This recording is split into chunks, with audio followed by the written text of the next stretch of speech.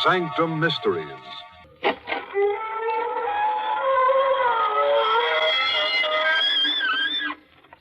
Good evening, friends of the creaking door. This is your host to welcome you into the inner sanctum. Come on in. Come on in and join the fun. We're having a game of corpse and robbers, and we can't find a soul for the corpse. Of course, we could say the magic words, abracadabra, but we don't want any of that low crowd from the morgue. Want to come in and play dead for a while?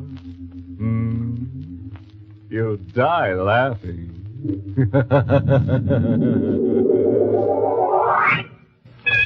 And now for our excursion into the Erie. Our little trip to Skeleton Bay. Our story opens at a swanky hotel with private cabins, situated on a storm-swept, rock-bound coast. The story itself is all about, you guessed it, murder. And here is Carolyn Winters to give us a blow-by-blow description. I'll tell you first about the night I met Michael Barrett. It was in August at Skeleton Bay. I'd come to the hotel supposedly for a rest. That was what I kept telling myself, but in reality, I didn't know why I had come here. Skeleton Bay. I'd seen the name in an ad months ago. And since then, it kept hammering at the inside of my brain. It was like the voice of implacable fate, commanding.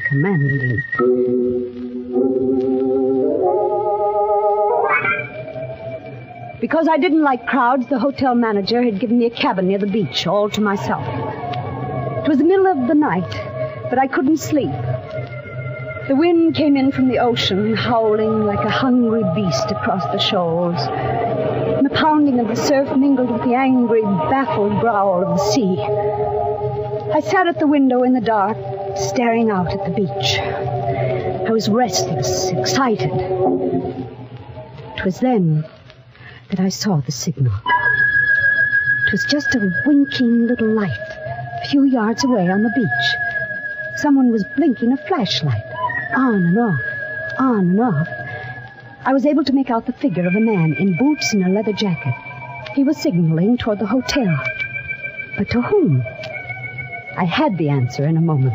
A man moved past my window, going down toward the light. He had his collar turned up against the wind and his hat brim pulled low. But I knew who it was. Mr. Field, a small, furtive man who had come up on the train with me. The two men met. Barely a stone's throw away from my window, I could hardly see them huddled closely together. This was excitement, mystery, intrigue, the stimulation I wanted and needed. I had to know what was going on. I threw on a raincoat and opened the cabin door. The wind swept my hair in a streamer, and a salt spray stung my face as I hurried down to the beach. My blood began to race and my heart to pound, for those two men were not engaged in any conference. They were locked in struggle. It was a deadly, silent struggle, with only a grunt now and then. And I saw the flashing gleam of a knife, but I couldn't tell who had the weapon, the tall man in the leather jacket or the furtive Mr. Field.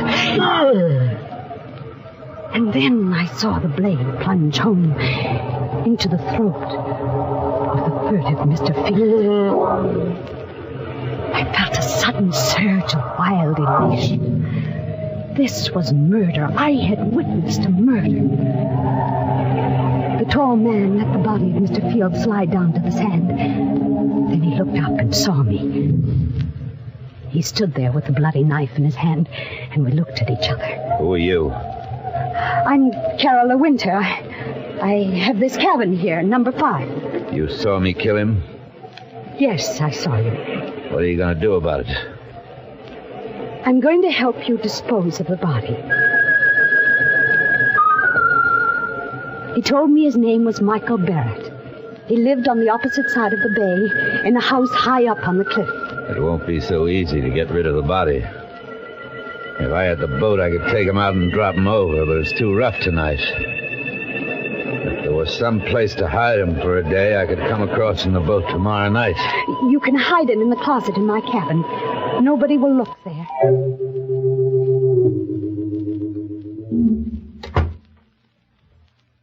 Better lock the closet door. Yes, of course. You sure nobody will come snooping here? Nobody comes here but the maid. All right. I'll be back tomorrow night with a boat. Did you pick up the knife? Yeah. I got it here in my pocket. Oh. Well, I guess that's all. Good night, Carla. Good night, Michael. All night I sat up alone with the locked closet door between me and the staring, sightless body of Mr. Field.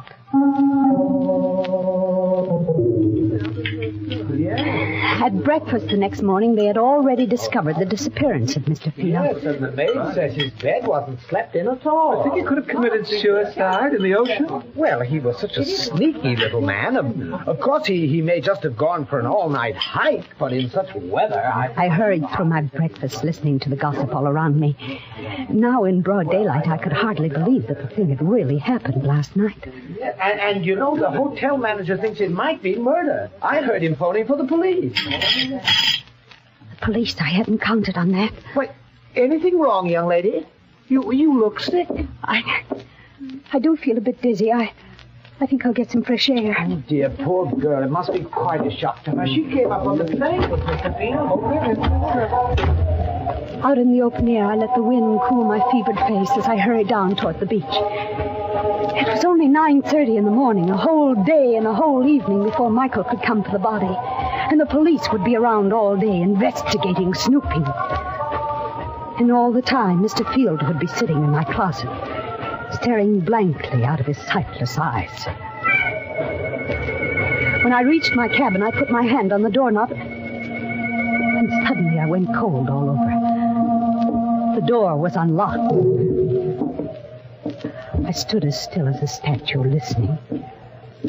Yes, there was someone inside, someone moving around. If only I had my handbag. I had a pistol in it that I always carried for protection, but it was inside on the dresser. So slowly, I pressed the door open, a half inch, an inch, and the door creaked. That you, Miss Winter? The maid. It was only the maid, of course. She'd be making up the bed. Why hadn't I thought of that? Miss Winter? That you? Yes. It's I. What are you doing at that closet with those keys? They're just my pass keys, Miss Winter. I was just going to tidy up the closet. I didn't ask you to do anything to that closet. But that's part of the job, Miss Winter. I'm supposed to do it in all the rooms. Well, you leave this one alone. Keep away from that closet, do you hear? Well, yes, Miss Winter. I was only trying to help. When I want your help, I'll ask for it. Now, please leave at once. Just as you say, Miss Winter. I'm sorry if I did anything wrong. Did she suspect anything? I hadn't liked her tone. Why had I been so sharp with her? Now she'd surely think there was something in the closet. Something she shouldn't see. At lunchtime, I didn't want to leave the cabin. I sat at the window, and I could almost feel the sightless eyes of Mr. Field staring at me through the closet door. Someone at the door. Oh. Just a minute. Miss Winter? Miss Carla Winter? Yes, I'm Miss Winter. Oh, I'm sorry to trouble you, Miss Winter. I'm Detective Sergeant Smith from headquarters. May I come in for a moment? Yes, please do. What can I do for you, Sergeant Smith? We're out here investigating this Mr. Field business. He hasn't turned up yet. Oh, well, I'm sure he will in time. Well, I wish I could be so sure, Miss Winter. What do you mean? We've gone through his room, found some mighty queer things. Queer things? Seems this Mr. Field was in some sort of racket. There's a good chance he may have been murdered. You don't say. Yeah, I understand you came up on the train with him. Yes, that's true. Did you have any conversation with him on the train? No, none at all. You're the Carla Winter who writes the mystery novels, aren't you? The same. Well, I've read every one of them. They're darn good, Miss Winter. Thank you. You think you'll get a plot out of this?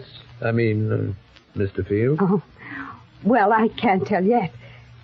Sergeant, I wish you'd keep me posted on developments in case it does turn out to have a plot. Oh, I sure will, Miss Winter. Oh, by the way, we found this picture among the papers in Field's room. I'm showing it to everybody around in case they might recognize it. It's an old newspaper item, 10 years old. Can't figure out why he was carrying it around. It's about a guy named Wycliffe that's wanted for murder. Yeah, take a look at him. I felt the blood racing in my veins, pounding at my wrists. The picture of the man named Wycliffe who was wanted for murder was a picture of Michael Barrett.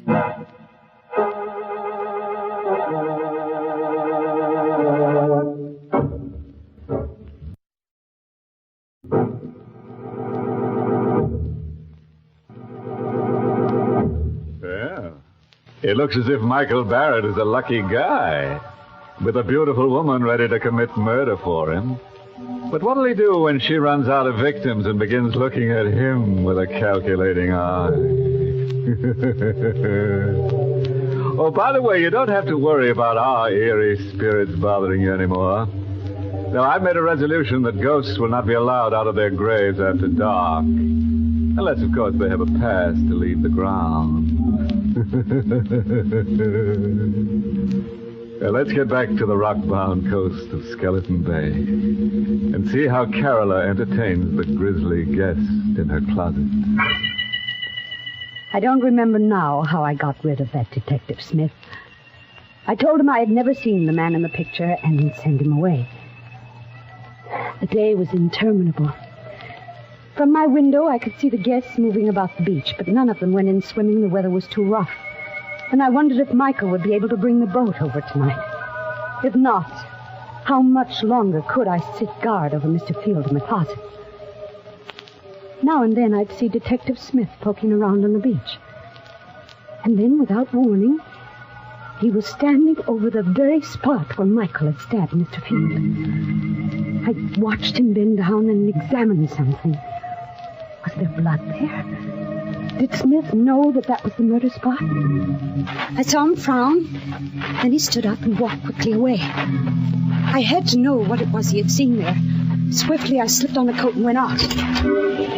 I started toward the spot on the beach. Going somewhere, Miss Winter? Oh, it's you, Detective. Going anywhere in particular? Why, no. I was just going up to the hotel for dinner. It's almost dinner time, you know. Well, fine. I'll walk up with you, if you don't mind. Not at all. Can I help you? Take your arm. Oh, thank you. Sand is so soft. It's still wet. We had high tide last night. Miss Winter. Yes? Are you a sound sleeper? Why do you ask? Well, I just thought maybe you might have heard something last night, like a fight or something. A fight? I was just looking at the sand back there down near your cabin. It's all messed up, stamped around. Well, what has that got to do with me? Well, nothing at all, except I think there was a fight there last night. Maybe that's where Mr. Field was killed. You think Mr. Field was murdered? It's beginning to look more and more like it, Miss Winter. Somehow, I don't know how, I managed to get through with dinner. I hurried back to the cabin, and I stopped at the door, shocked and unbelieving. There was a light inside. Someone was in there. This time I had my handbag with me. I took the pistol out, and once more I inched the door open. It had happened, the thing I feared. The closet door was open, and there was a maid stooping over the body of Mr. Field. Oh! What are you doing there? The body! It's Mr. Field! You killed him! Suppose I did. Oh, what are you doing with that gun? What do you think? Oh, no! The wind was high and the weather was rough. Fortunately, no one heard the shot. I pushed her body into the closet next to the body of Mr. Field and closed the door. Now I was a murderer, too.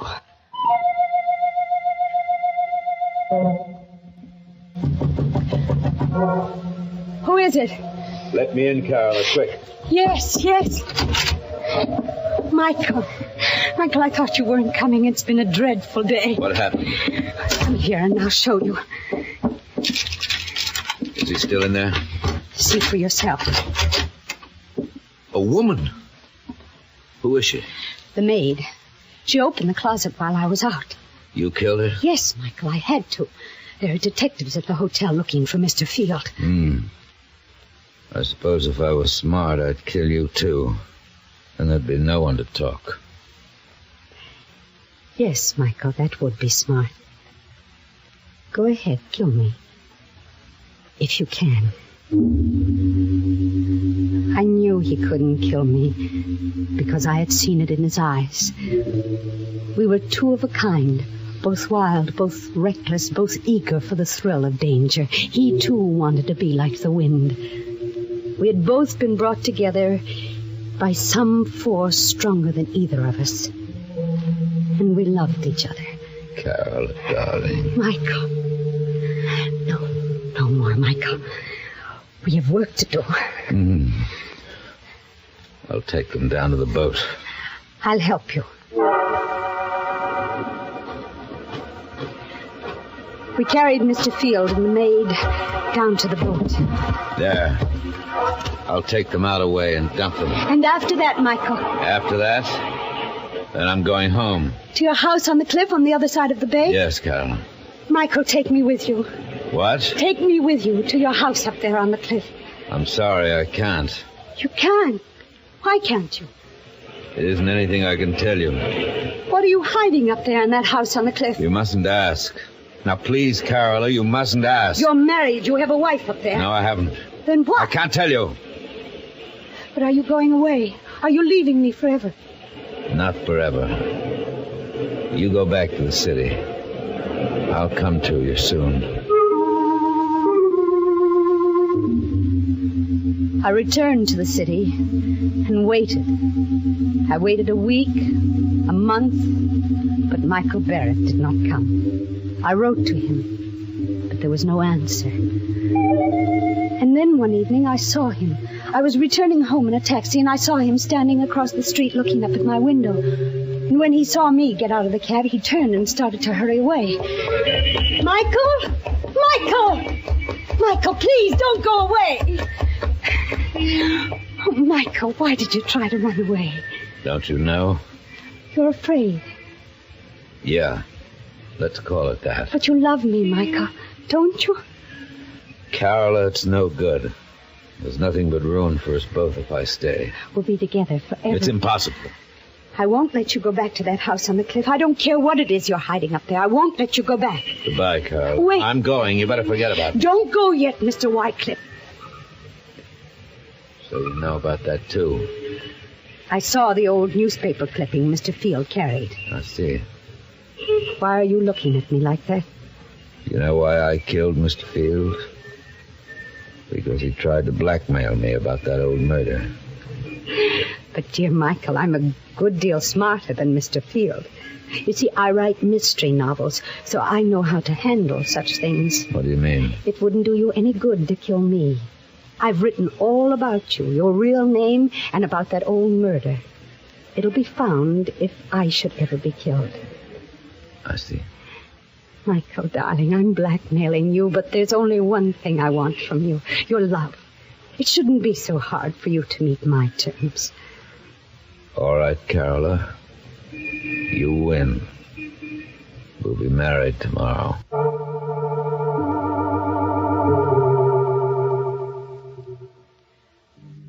Soon after we were married, Michael began going out evenings, once, sometimes twice a week, and staying out all night. He'd return late the next day. When I asked where he had been, his temper would flare up into something terrible. I stopped asking, but I couldn't rest. I had to know where he went. One evening, I followed him. He boarded a train for Skeleton Bay.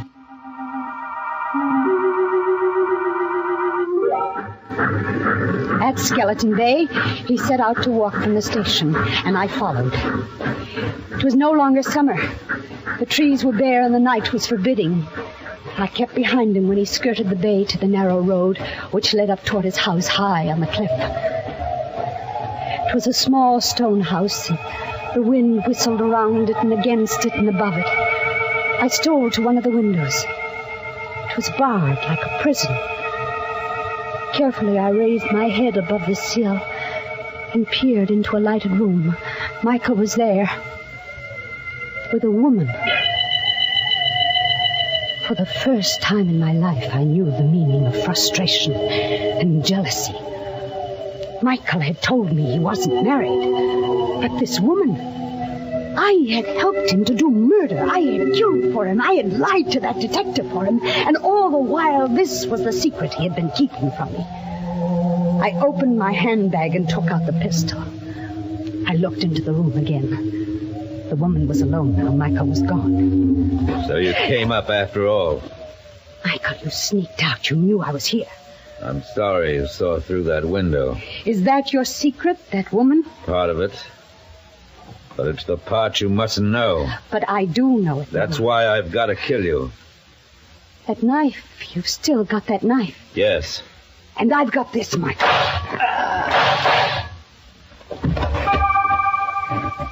He fell at my feet, and I looked down and watched him die. And now I knew why I had really come to Skeleton Bay that first day. It was for this. To kill Michael Barrett. So he's dead at last. You've killed him. You, the woman in that house, you saw me kill him. Yes, I saw you. What are you going to do about it? Help you dispose of the body. Of course. Help me dispose of the body? Those were the very words I had said to Michael Barrett down there on the beach. And now this woman was saying them to me. Who are you? I'm Lisbeth Whitecliff. I'm Michael's sister. His sister? And you want to help me dispose of the body? You see the bars on those windows? Yes. I have been a prisoner in this house for 10 years. What? Michael killed the man I was going to marry 10 years ago. He murdered him. But this house, this prison... Michael brought me here. He kept me prisoner because he knew if I got free, I'd tell the world he was a murderer. Then that's the secret. The secret you wouldn't even tell me.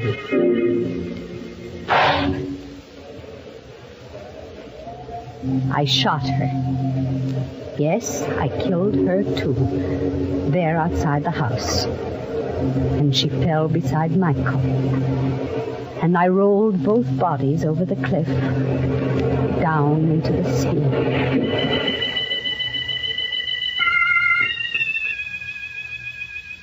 This is the end of my book, the best mystery novel I have ever written. I know that in writing it, I deliver myself into the hands of the law. But I can't stop. I can't help myself. So now I am finished. I will mail it to my publisher and wait for Detective Sergeant Smith to come and get me.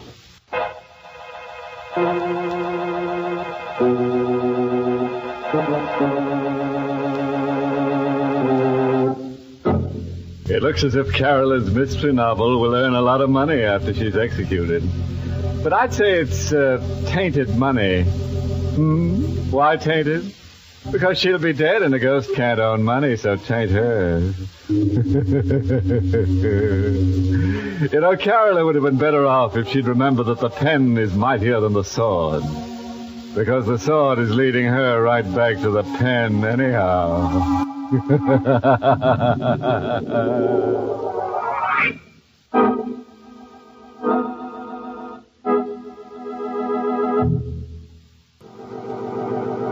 Well, it's time to close that creaking door for another 7-day rest.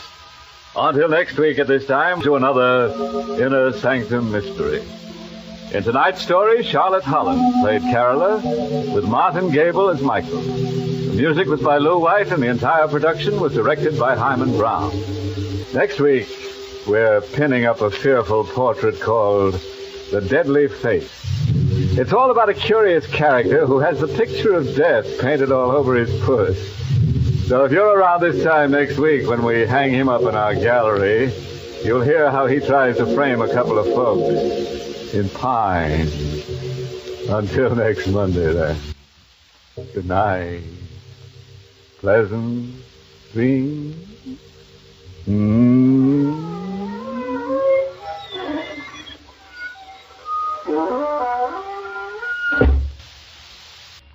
Inner Sanctum was heard in the United States over CBS, the Columbia Broadcasting System.